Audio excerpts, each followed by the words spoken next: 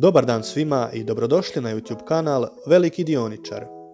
Nakon kraće pauze vraćamo se i edukativnim materijalima, a ovaj put ćemo posjetiti svijet kriptovaluta. Na svom Instagram profilu dobio sam podršku za kreiranje novog sadržaja i to na temu usporedbe USDC-a i USDT-a. Prije nego što počnemo s ovom temom, osim YouTube kanala kojeg već i pratite, možete me zapratiti za detaljnije objave na Instagram profilu gdje sam postao nedavno i znatno aktivniji, te također se možete pridružiti mojoj Discord grupi putem Patreona. Za sve više možete provjeriti ove linkove u opisu ovoga videa. Što se tiče ulagača u kriptovalute, rijetko je ko fan fiat novca, ali u današnja vremena velika je potreba za kriptovalutama koje se fiksno vežu uz određene novčane valute. Ako pogledamo velike padove u svijetu kriptovaluta ili jednostavno praktičnost upotrebe kod tradanja, jasno je da su stablecoini od velike važnosti. Danas imamo mnogo stablecoina, ali ipak dva giganta su koja su najdominantnija na tržištu kriptovaluta, a to su USDC i USDT. Njihova dominacija leži u tome što su najbolji izbor zbog svoje likvidnosti prije svega, ali i razmjene između mjenjačnica, iz razloga što skoro sve mjenjačnice prihvaćaju upravo te dvije kriptovalute. Najprije htio bih pojasniti i definirati općenito pojam stablecoina. Stablecoini su kriptovalute čije vrijednosti su vezane uz fiat novac, u ovom slučaju za američki dolar u omjeru 1:1. Njihova je uloga da su uvijek fiksno vezani uz cijenu dolara i konstantno drže tu cijenu.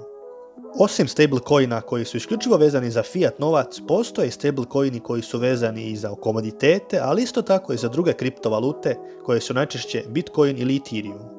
Danas ćemo usporediti USDT i USDC, a prvo ćemo provjeriti i njihovu tržišnu kapitalizaciju. U trenutku snimanja ovoga videa, USDT imao market cap u iznosu od 80 milijardi američkih dolara, te su se nalazili na trećem mjestu prema tržišnoj kapitalizaciji, dok USDC ima market cap od 52 milijarde američkih dolara, te su se nalazili na petom mjestu.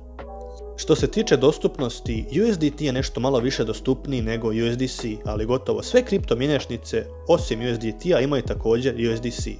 Sve dok trgujete na većim mjenjačnicima kao što su Binance, Kraken, Coinbase, KuCoin, ne bi trebali imati poteškoća sa dostupnošću ovih stablecoina. Što se tiče likvidnosti, USDT ima ipak nešto veću likvidnost iz razloga što se s njime više trguje, pogotovo putem najveće mjenjačnice Binance. Iako u praksi da trgujete i milijunima, ne biste trebali osjetiti nedostatke niti kod jednog stablecoina. Sama poanta stablecoina je ta da su upravo vezani za neku kriptovalutu, odnosno za neki fiat novac u omjeru 1:1, te ne bi trebalo biti fluktuacija u cijeni. Iako u samoj teoriji to zvuči vrlo jednostavno, u praksi se ipak dešavaju oscilacije u cijeni, što ovisi o stanju na tržištu općenito gledano, a oscilacije su vrlo malene, odnose se svega na 0,1%, što je skoro i zanemarivo. A to možemo primijetiti na sljedećim grafikonima. Sljedeće pitanje koje bih htio malo čisto proći i obraditi je sigurnost. Dok se USDT-om ljudi češće ipak koriste i trguju, USDC je ipak sigurniji stablecoin. Prije svega zbog transparentnih rezervi, ali iz razloga što je USDC izdan i revidiran od strane Coinbase-a, čiju solventnost ipak možemo konkretno provjeriti, za razliku od USDT-a.